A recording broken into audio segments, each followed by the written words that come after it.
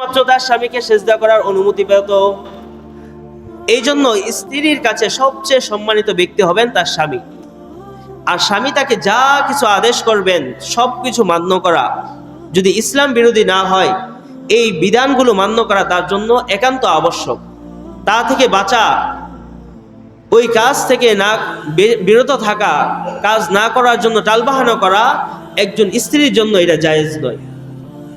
আম্মা জান আয়েশা রাদিয়াল্লাহু তাআলা আনহা থেকে বর্ণিত, হুজুর সাল্লাল্লাহু আলাইহি ওয়াসাল্লাম ইরশাদ করেন, লাউ কুনতু আমিরান আহাদান আই ইয়াসজুদা লিআহাদিন, যদি আমি কাউকে সিজদা করার অনুমতি দিতাম, লা আমারতুল মারআতা আন তাসজুদা লিজাওজিহা, স্ত্রীকে তার স্বামীকে সিজদা করার অনুমতি দিতাম। ওয়ালাউ আন্না রাজুলান আমারা লিইমরাতিহি, যদি কোনো স্বামী তার স্ত্রীকে আদেশ করে, আন তানকুলা মিন জাবালি আহমার ইলা জাবালি আসওয়াদ, কোনো লাল টুকটুকে পাহাড়, এটা এক জায়গায় আছে আর অপর পাশে আছে একটি কালো পাহাড়, একটা হলো লাল পাহাড় আর একটা হলো কালো পাহাড়, এরকম পাহাড়কে যদি স্থানান্তর করতে যদি কোনো স্বামী বলে, যদিও কোনো স্বামী তার স্ত্রীকে এই আদেশ করবে না, তারপরেও যদি এই আদেশ কখনো করেই ফেলে যে তুমি এই কালো পাহাড়কে স্থানান্তর করে ওই লাল পাহাড়ের স্থানে নিয়ে যাও, আর ওই কালো পাহাড়টাকে স্থানান্তর করে লাল পাহাড়ে নিয়ে আসো, এই আদেশ পালন করাও একজন স্ত্রীর জন্য আবশ্যক। এতটুক মর্যাদা পাওয়ার উপযুক্ত একজন স্বামী। হুজুর সাল্লাল্লাহু আলাইহি ওয়াসাল্লামের এই হাদিস থেকে আমরা এটাই অনুভব করতে পারি, এটাই বুঝতে পারি। হুজুর সাল্লাল্লাহু আলাইহি ওয়াসাল্লাম আরো বহু হাদিসের ভিতরে স্বামীদেরকে যদি সেজদা করার অনুমতি দেওয়া হতো, স্বামীদেরকে সেজদা করার অনুমতি দেওয়া হতো, এই কথা ব্যক্ত করেছেন। হযরত মুআজ রাদিয়াল্লাহু তাআলা আনহুর কথা আমরা সবাই জানি। হুজুর সাল্লাল্লাহু আলাইহি ওয়াসাল্লামের অত্যন্ত ভালোবাসার একজন ব্যক্তি ছিলেন হযরত মুআজ ইবনে জাবাল রাদিয়াল্লাহু তাআলা আনহু। হুজুর সাল্লাল্লাহু আলাইহি ওয়াসাল্লামের সাথে একই ঘোড়ার ভিতরে, একই ওটের ভিতরে, একই বাহনের ভিতরে সব সময় থাকতেন, অধিকাংশ সময় থাকতেন। এমনিভাবে হুজুর সাল্লাল্লাহু আলাইহি ওয়াসাল্লাম মুআজ রাদিয়াল্লাহু তাআলা আনহুকে এইভাবে ধরে, বন্ধুর মতো ধরে দোয়া শিক্ষা দিতেন। সেই মুআজ রাদিয়াল্লাহু তাআলা আনহুকে একবার শাম দেশে হুজুর সাল্লাল্লাহু আলাইহি ওয়াসাল্লাম প্রেরণ করেন। শাম দেশ থেকে যখন মুআজ রাদিয়াল্লাহু তাআলা আনহু ফিরে আসেন, এসেই সাজাদা লিন্নাস লিন্নবী সাল্লাল্লাহু আলাইহি ওয়াসাল্লাম, মুআজ রাদিয়াল্লাহু তাআলা আনহু হুজুর সাল্লাল্লাহু আলাইহি ওয়াসাল্লামকে সিজদা করলেন। তখন হুজুর সাল্লাল্লাহু আলাইহি ওয়াসাল্লাম বললেন, ইয়া মুআজ, মাযা তাফআল, তুমি এটা কি করছো? তুমি সিজদা করছো কেন?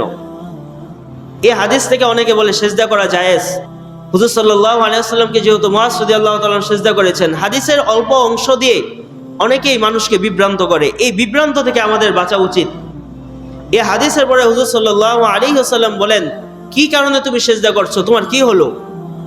তখন মুআজ রাদিয়াল্লাহু তাআলা আনহু বলেন, হে আল্লাহর রাসূল, আমি যখন শাম দেশে গেলাম, দেখলাম তারা তাদের ধর্মগুরুদেরকে তারা সিজদা করছে, তারা তাদের নেতা যারা আছে, রাজনৈতিক নেতা আছে, তাদেরকেও সিজদা করছে।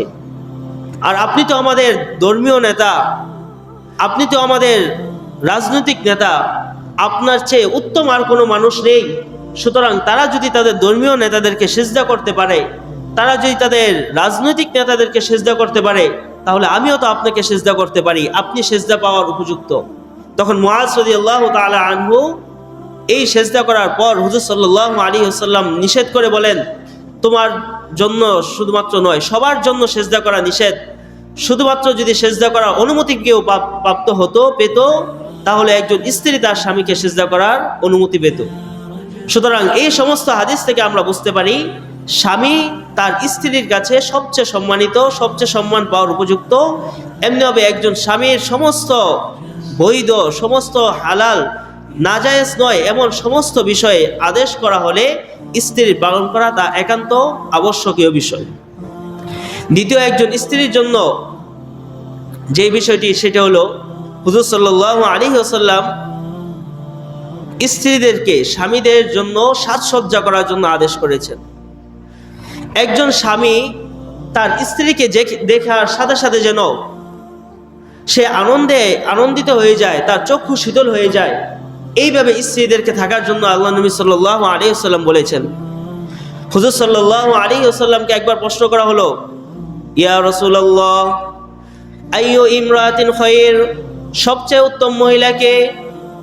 হুজুর সাল্লাল্লাহু আলাইহি ওয়াসাল্লাম এই কথার উত্তরে সাহাবীদেরকে জানিয়ে দিলেন, সবচেয়ে উত্তম হলো ওই মহিলা আল্লাতী তাসুররুহু ইযা নাযারাহু, যখন একজন স্বামী তার স্ত্রীর দিকে তাকায়, স্ত্রীর দিকে তাকানোর সাথে সাথে সে স্ত্রী তার স্বামীকে সন্তুষ্ট করে দেয়।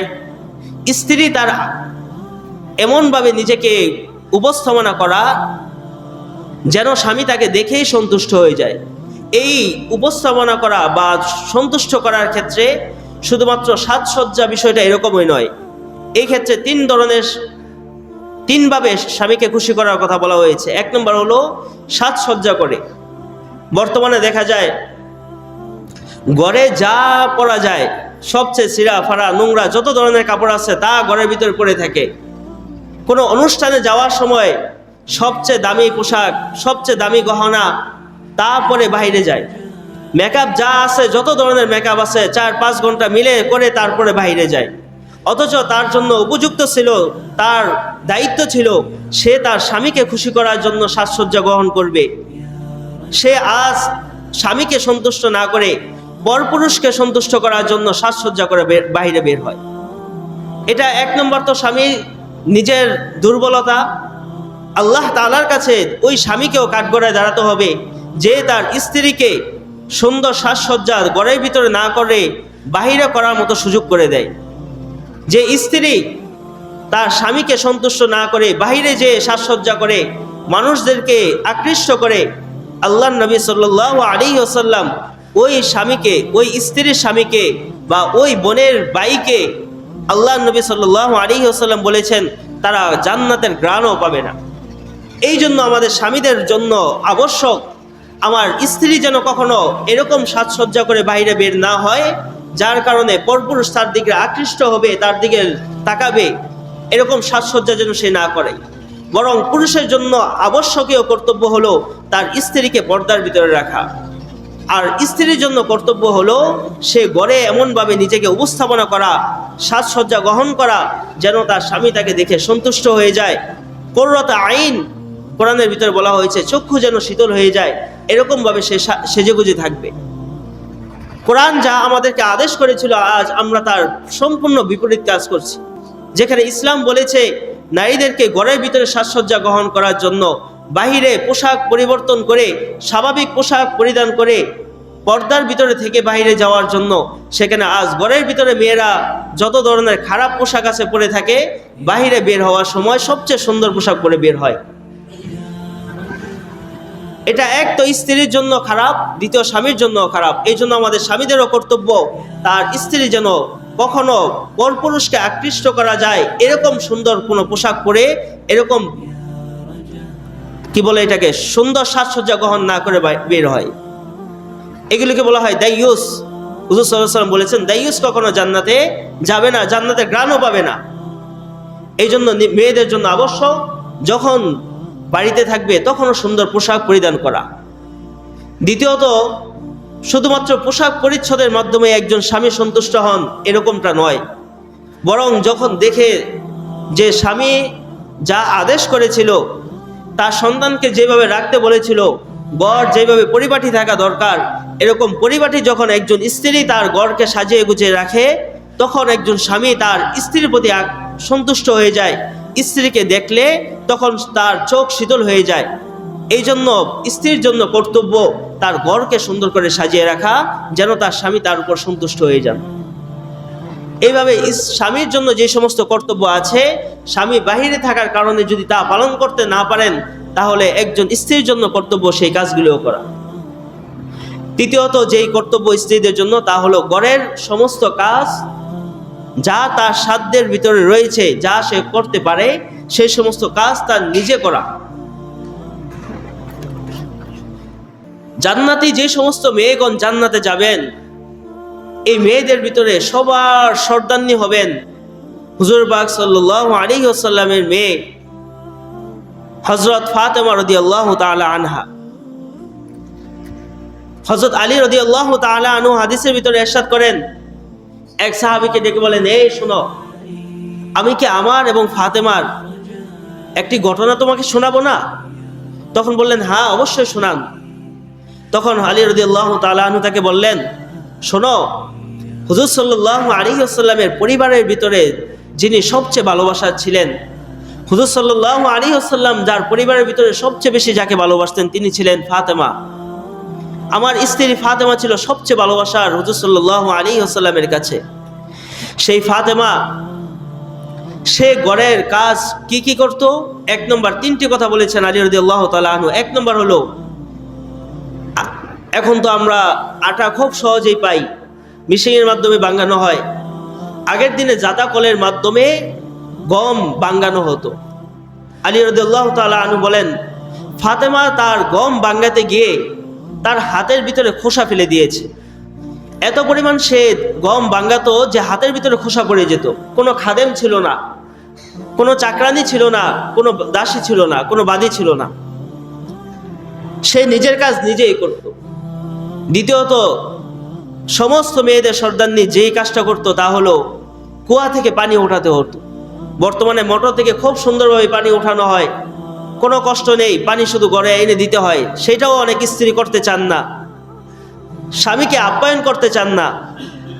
একবার তকি উসমানী, আমাদের বর্তমান জমানায় এশিয়া মহাদেশের ভিতরে সবচেয়ে বড় আলেম যাকে ধরা হয়, উপমহাদেশের ব্যক্তিত্ব একজন তকি উসমানী সাহেব, ওনাকে একবার ইন্টারভিউর ভিতরে নেওয়া হয়েছিল। জাস্টিস তকি উসমানী সাহেব ওনার স্ত্রীও সাথে ছিলেন। ওনার স্ত্রীকে প্রশ্ন করলেন যে আপনার স্বামী আপনার কাছে কিরকম? তখন তার স্ত্রী বলল যে আমার স্বামী তো এরকম, আমাকে কখনো কোনো কাজের আদেশ করেন না, উনি কোনো কাজের আদেশ করেন না, আমাকে কোনো কিছু করতেও বলেন না। তখন তকি উসমানী সাহেবকে বললেন, আপনি আপনার কোনো স্ত্রীকে কোনো কাজের আদেশ করেন না, কারণ কি? তখন তকি উসমানী সাহেব উত্তরে বলেছিলেন, আমি যদি চাওয়ার আগেই পাই তাহলে আদেশ করার কি প্রয়োজন আছে? আমার যখন পানির প্রয়োজন হয় তখন সে বুঝতে পেরে আগেই আমার জন্য পানি প্রস্তুত করে রাখে। আমার যা চাওয়া, আমার মনের তামান্না, তা আমি চাওয়ার আগেই আমার স্ত্রীর কাছে পাই। সুতরাং তাকে আদেশ করার মতো তো কোনো কারণ আমি দেখতে পাই না। একজন স্ত্রীর এরকমই হওয়া উচিত, সে তার স্বামীর সমস্ত মনোবাসনা যা আছে থাকতে থাকতে সমস্ত কিছু আয়ত্ত করে ফেলবে এবং বুঝতে পারবে কখন তার স্বামীর কি প্রয়োজন, তা সে সময় মতো তা উপস্থাপনা করবে, তার কাছে পেশ করবে। তো হযরত ফাতেমা রাদিয়াল্লাহু তাআলা আনহা তিনি কুয়া থেকে পানি ওঠাতে ওঠাতে দেখা যেত অনেক সময় ঘাড়ের ভিতরে দাগ পড়ে যেত। মহিলা মানুষ স্বাভাবিকভাবে একটু দুর্বল হয়, তো পানি ওঠাতে গেলে দড়ি দিয়ে ওঠাতে হতো, ঘাড়ের ভিতরে ওই সময় অনেক সময় দড়ি রাখা হতো। এই চাপের কারণে ওনার ঘাড়ের ভিতরে দাগ পড়ে গিয়েছিল। তৃতীয়ত, আলী রাদিয়াল্লাহু তাআলা আনহু বলেন, হযরত ফাতেমা সেই বাড়িঘর ঝাড়ু দিতে দিতে কাপড় নোংরা হয়ে যেত। সব সময় এই কাজগুলো ফাতেমা রাদিয়াল্লাহু তাআলা আনহা নিজেই করতেন। তো আমি ফাতেমাকে বললাম, তোমার পিতার কাছে তো অনেকগুলো খাদেম এসেছে। হুজুর সাল্লাল্লাহু আলাইহি ওয়াসাল্লামের কাছে যখন খাদেম আসলো, আলী রাদিয়াল্লাহু তাআলা আনহু বললেন, তুমি গিয়ে একটি খাদেম নিয়ে আসো, তোমার যেন কষ্ট কম হয়, তোমার হাত ফোঁটা পড়ে যাচ্ছে, তোমার গানের ভিতরে দাগ হয়ে যাচ্ছে, কাপড় সবসময় নোংরা হয়ে যায়, পরিবর্তন করে আবার আসতে হয়।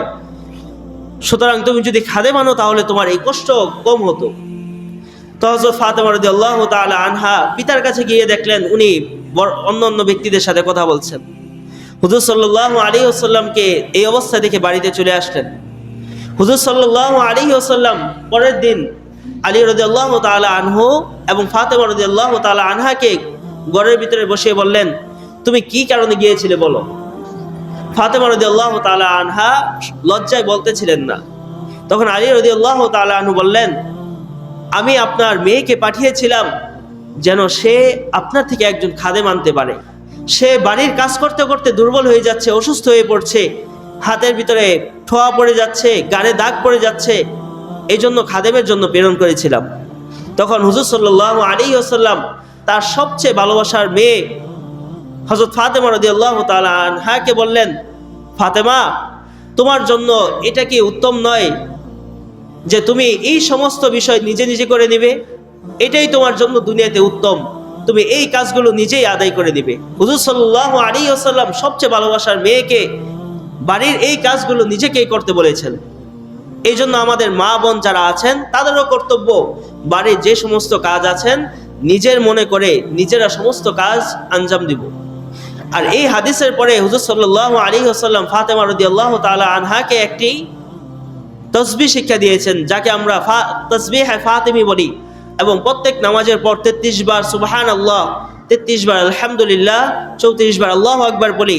এই তাসবিহটা হুজুর সাল্লাল্লাহু আলাইহি ওয়াসাল্লাম ফাতেমা রাদিয়াল্লাহু তাআলা আনহাকে ওই দিনই শিক্ষা দিয়েছিলেন। আলী রাদিয়াল্লাহু তাআলা আনহু বলেন, এই তাসবিহ আমি আমার জীবনের ওই দিন থেকে আজ পর্যন্ত কোনোদিন ছাড়িনি। অপর এক হাদিসে আলী রাদিয়াল্লাহু তাআলা আনহু বলেন, জিহাদের ময়দানেও যখন আমি ছিলাম, যখন আমাকে কাফেররা হত্যা করবে, শহীদ করে দিবে, আমি জিহাদের ময়দানের মতো ভয়াবহ স্থানে ছিলাম, সেইখানেও আমি এই আমল ছাড়তাম না। তাসবিহ ফাতিমি সবসময় আলী রাদিয়াল্লাহু তাআলা আনহু করতেন। তো আমাদেরও কর্তব্য, হুজুর সাল্লাল্লাহু আলাইহি ওয়াসাল্লাম যেহেতু ফাতেমা রাদিয়াল্লাহু তাআলা আনহাকে এই তাসবিহ শিক্ষা দিয়েছেন, আমরা যখন ক্লান্ত হব, কাজ করতে করতে যখন বিরক্ত হয়ে যাব, তখন এই তাসবিহগুলো পাঠ করব। আল্লাহ চাহেন তো এই তাসবিহর কারণে আমাদের ক্লান্তিও দূর হয়ে যাবে। হুজুর সাল্লাল্লাহু আলাইহি ওয়াসাল্লাম যেহেতু তার মেয়েকে শিক্ষা দিয়েছেন, এই জন্য আমরাও এই সমস্ত জায়গায়, মা বোনরা তো অবশ্যই পড়বেন, আমরা যারা পুরুষরা আছি আমরাও কষ্টের ভিতরে যখন পড়ব, যখন ক্লান্তি এসে পড়বে কাজ করতে করতে, আমরা এই তাসবিহগুলো পড়ব। তো হুজুর সাল্লাল্লাহু আলাইহি ওয়াসাল্লাম তার মেয়েকে যেহেতু বাড়ির কাজগুলো আদায় করতে বলেছেন, এই জন্য আমাদের মা বোনদেরও কর্তব্য বাড়ির কাজগুলো সম্পূর্ণভাবে আদায় করা। এরপরে একজন মেয়ের জন্য, স্ত্রীর জন্য যেই কর্তব্য, তা হলো তার স্বামীর চাহিদা পূরণ করা। স্বামীর যখন তার